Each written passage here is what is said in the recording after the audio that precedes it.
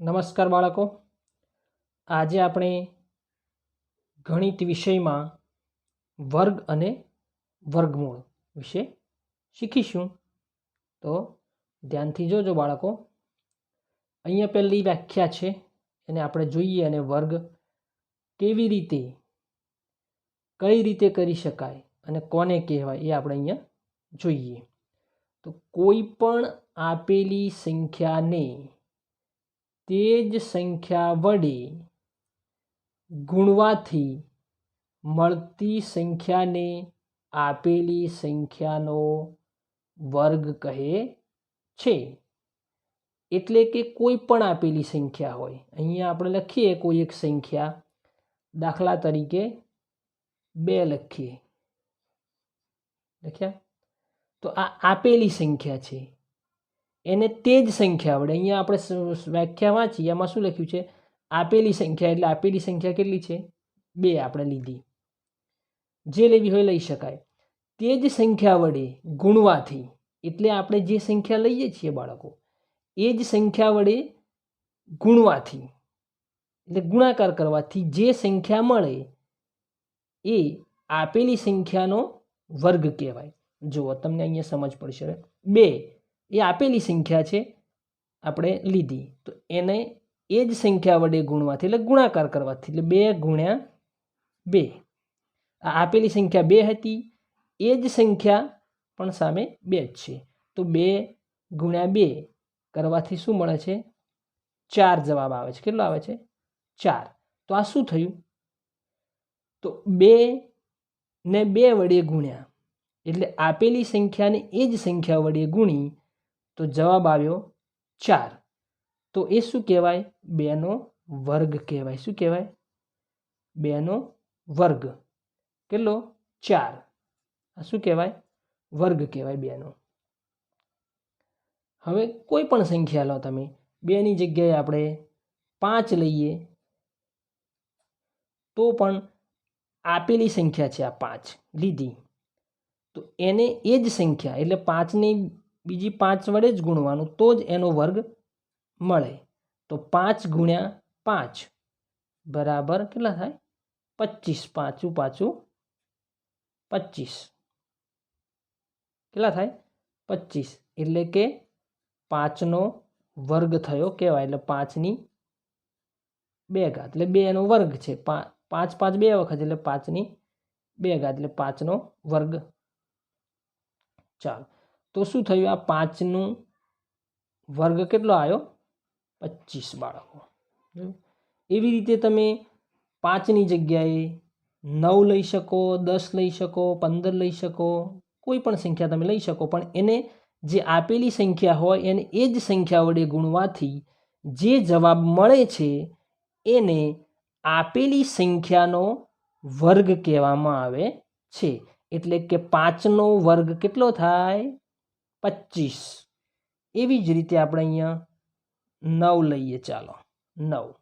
તો 9 ગુણ્યા 9, એટલે અહીંયા વ્યાખ્યા જેવું કે છે કે કોઈ પણ આપેલી સંખ્યા, અહીંયા 9 છે, તો એ સંખ્યાને એ જ સંખ્યા વડે ગુણી છે, તો કેટલો જવાબ આવે? 9 9 81. કેટલા આવ્યા? 81. એટલે શું કહેવાય? 9 નું વર્ગ કહેવાય 81. કેટલો કહેવાય? 81. એટલે 9 નો વર્ગ આ રીતે પણ તમે લખી શકો છો. એટલે 9 9 2 વખત, એટલે 9 ની 2 ઘાત મૂકી છે અહીંયા.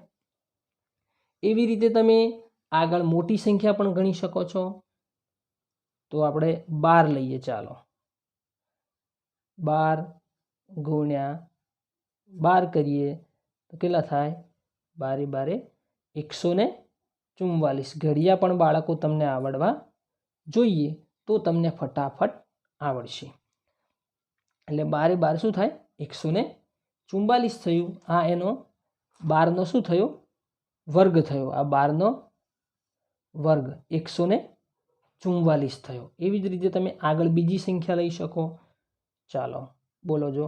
હા, 15. ચાલો, 15 લઈએ તો 15 ગુણ્યા 15 કરીએ તો 15 ગુણ્યા 15 તો કેટલા થાય? 25 થાય. કેટલા થાય? 225. બાળકો તમને 15 ગુણ્યા 15 ના આવડે સીધા તો શું કરવાનું? અહીંયા બાજુમાં રફ કામ કરી દેવાનું. આ રીતે 15 ગુણ્યા 15 આ બેનો ગુણાકાર કરી દેવાનો અને જે જવાબ આવે છે એ આનું શું કહેવાય? એનો વર્ગ કહેવાય. પરંતુ બંને 15 15 હોવા જોઈએ, 10 10 હોવા જોઈએ, 11 11. એટલે કે આપેલી સંખ્યાને એ જ સંખ્યા વડે ગુણીએ અને જે સંખ્યા મળે છે એ આપેલી સંખ્યાનો વર્ગ કહેવાય. બાળકો હવે સમજ પડી? ના પડે તો તમારે પણ આગળ શું કરવાનું? વારંવાર આવી રીતે ગુણાકાર કરવાનો અને તમને ખબર પડશે કે આ એનો વર્ગ કહેવાય. તો ચાલો આગળ જોઈએ બીજું. તો બાળકો આપણે વર્ગ શીખ્યા કે વર્ગ કેવી રીતે થાય અને વર્ગ કોને કહેવાય. તો અહીંયા આપણે વર્ગમૂળ શીખવાનું છે. તો વર્ગમૂળ શીખતા પહેલાં એ વર્ગમૂળની આપણે એક નિશાની આવે છે એ જોઈ લઈએ. જો આ વર્ગમૂળની નિશાની છે આને. તો આ જ્યારે તમારે વર્ગમૂળ કાઢવાનું થશે અથવા તો આગળના ધોરણમાં ભણશો ત્યારે આ નિશાની પર તમારે કરવી પડશે એમ. આ ખાલી તમારી જાણ માટે છે વર્ગમૂળની નિશાની. તો અહીંયા વ્યાખ્યા લખેલી છે, આપણે વાંચીએ અને પછી એને સમજીએ કે વર્ગમૂળ કોને કહે છે. તો અહીંયા લખેલું છે કે આપેલી સંખ્યા જો કોઈ પૂર્ણાંક સંખ્યાનો વર્ગ હોય તો આપેલી સંખ્યાને પૂર્ણ વર્ગ સંખ્યા કહે છે, કે જેનો વર્ગ નીકળતો હોય વર્ગમૂળ, અને જેના વર્ગથી બની છે તે સંખ્યાને આપેલી સંખ્યાનું વર્ગમૂળ કહે છે. ચાલો સમજ ન પડી હોય પરંતુ અહીંયા તમે જોઈએ આપણે તો આપણને ખબર પડી જશે. આપેલી સંખ્યા એટલે અહીંયા કોઈ એક સંખ્યા આપણે લખીએ છીએ, 6 લખીએ, 6નો વર્ગ કરીએ. એટલે આપેલી સંખ્યા જો કોઈ પૂર્ણાંક સંખ્યાનો વર્ગ હોય તો એટલે 6નો વર્ગ કેટલો થાય? 36. 6 6 36. એટલે આપેલી સંખ્યાને એ જ સંખ્યા વડે ગુણવાથી આપણને શું મળ્યું? 36. 6નો વર્ગ થયો 36. પરંતુ આપણે શું જોવાનું છે? વર્ગમૂળ જોવાનું છે. શું જોવાનું? તો અહીંયા લખ્યું છે કે તો આપેલી સંખ્યાને પૂર્ણ વર્ગ સંખ્યા કહે છે અને જેના વર્ગથી તે બની છે. કોના વર્ગથી? 6ના વર્ગથી કેટલી બની? 36. સમજ પડી? કે 6ના વર્ગથી કેટલી બની? 36. અહીંયા લખ્યું છે કે જેના વર્ગથી બની છે તે સંખ્યાને આપેલી સંખ્યાનું વર્ગમૂળ કહે છે. આના વર્ગથી કેટલી બની? 6ના વર્ગથી સંખ્યા કેટલી બની? 36. તો આપેલી સંખ્યાનું જેના વર્ગથી બની છે એ સંખ્યા એનું આ વર્ગમૂળ કહેવાય. તે સંખ્યાને આપેલી સંખ્યાનું આના વર્ગ કરવાથી કેટલી સંખ્યા બની? 36. તો જેનો વર્ગ કરવાથી જે સંખ્યા બની છે એ એની સંખ્યાનું જ વર્ગમૂળ કહેવાય. મૂળ શબ્દ એટલે જ્યાંથી નીકળેલું આ છે તે, કે 6નો વર્ગ કરવાથી 36 બન્યા તો એનું વર્ગમૂળ શું થાય?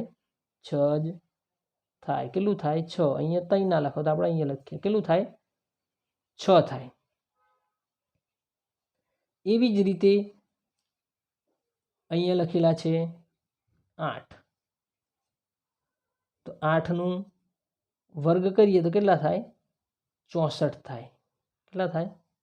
64. એટલે શું થયું? આપણે આપેલી આ જે સંખ્યા છે એનો વર્ગ કર્યો તો 64 થયો. પરંતુ જે 64 આવ્યા છે એ કઈ સંખ્યાના વર્ગથી બની છે? તો 8ના. તો જે સંખ્યાના વર્ગ કરવાથી એ બની છે એ એનું શું કહેવાય? વર્ગમૂળ કહેવાય. આ શું કહેવાય? એનું વર્ગમૂળ.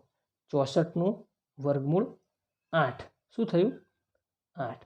અગાઉ આપણે હવે આગળ દાખલા ગણીશું ત્યારે તમને વધારે ખ્યાલ આવશે. આ તો તમને સમજ માટે છે કે વ્યાખ્યા વર્ગમૂળ કોને કહેવાય એમ.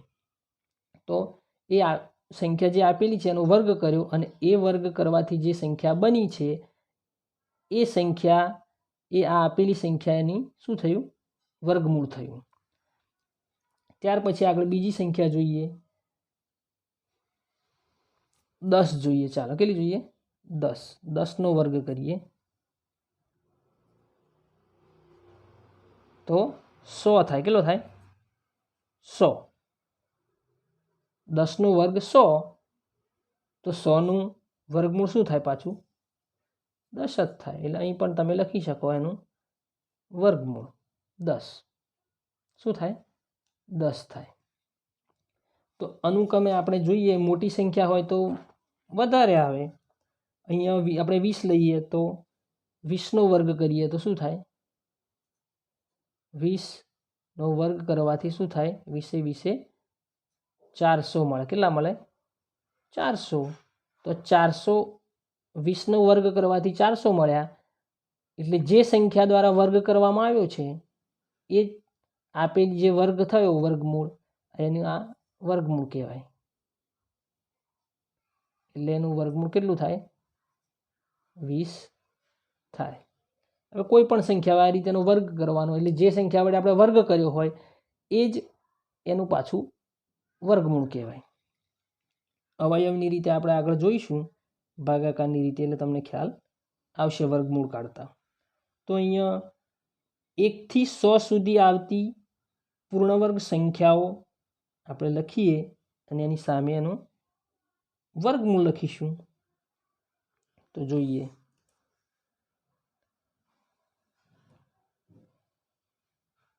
1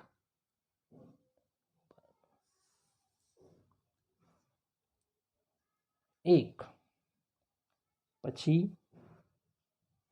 4 9 16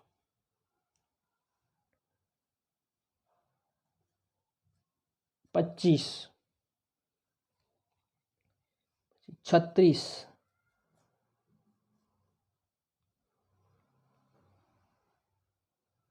49 64 81 અને 100. તો આ સંખ્યા એના અનુક્રમે આપણે એનું વર્ગમૂળ જોઈએ. તો 1નું વર્ગમૂળ કેટલું થાય? 1 જ થાય. 4નું કેટલું થાય? 2. 9નું તો 3 તારી 9. 16નું તો 4 ચોક 16. આ એનું વર્ગમૂળ છે. 4નું વર્ગમૂળ 2, 9નું વર્ગમૂળ 3, 3નો વર્ગ 9 કહેવાય. તો 9નું વર્ગમૂળ 3. તો 16નું વર્ગમૂળ 4, 25નું 5, 36નું 6, 49નું 7, 64નું 8 અને 81નું 9 અને આનું 10. કેટલું કહેવાય? 10.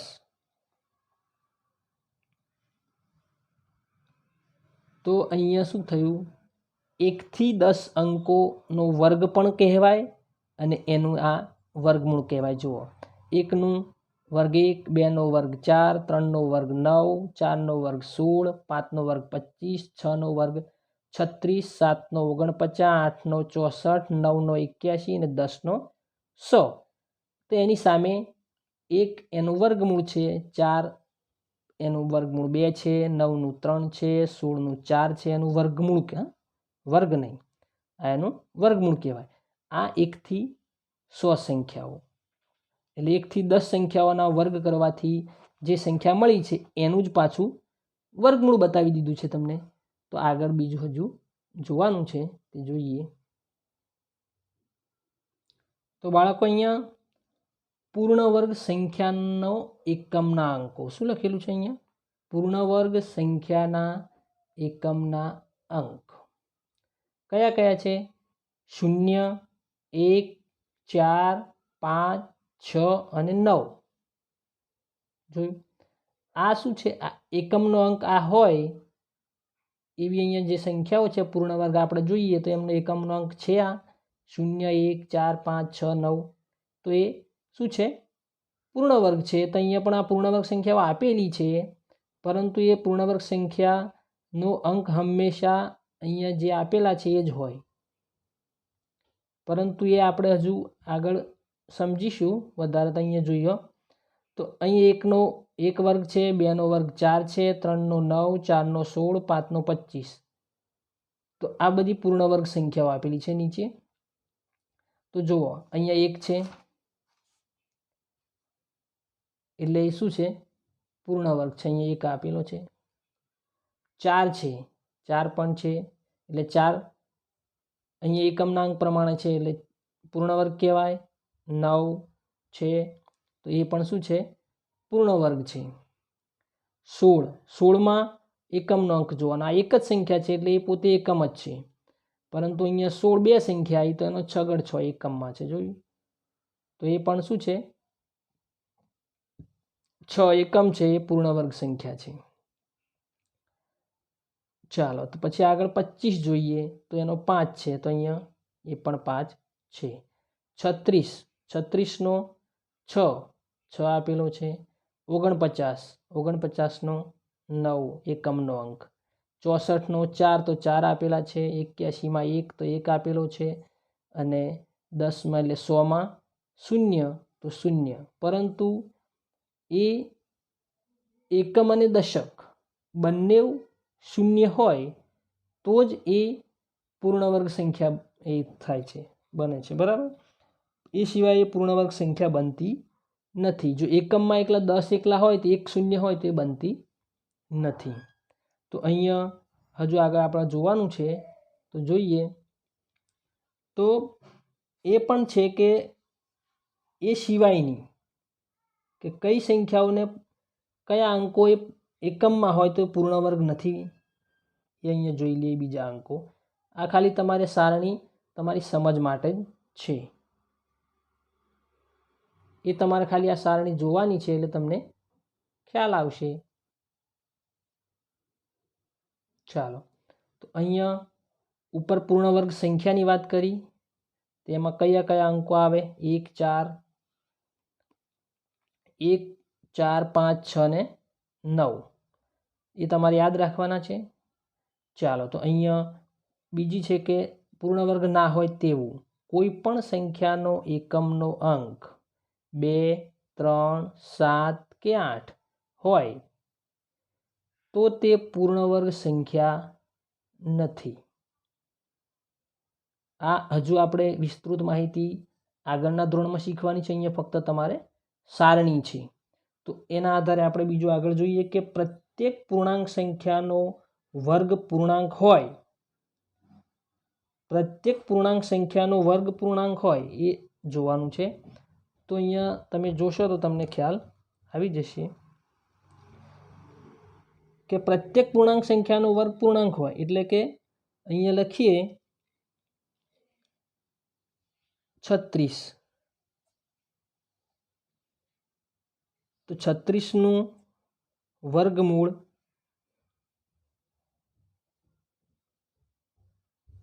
6 થાય. કેટલું થાય? 6. 36નું વર્ગમૂળ 6 થાય. પરંતુ અહીંયા 36ના બદલે આપણે 37 લખીએ તો 37નું વર્ગમૂળ નીકળે? ના, 37નું વર્ગમૂળ આવતું નથી. જો એનો એકમનો અંક કયો છે? 7. એમ તો 26 લખીએ તો 6 આવે છે, પરંતુ એ આપણે જોવાનું નથી. આપણે અહીંયા ફક્ત 1, 2, 3, 4, 5 ને 1 થી 10 સુધીના જે વર્ગમૂળ કાઢેલા છે એ જ સંખ્યા આપણે જોવાની છે.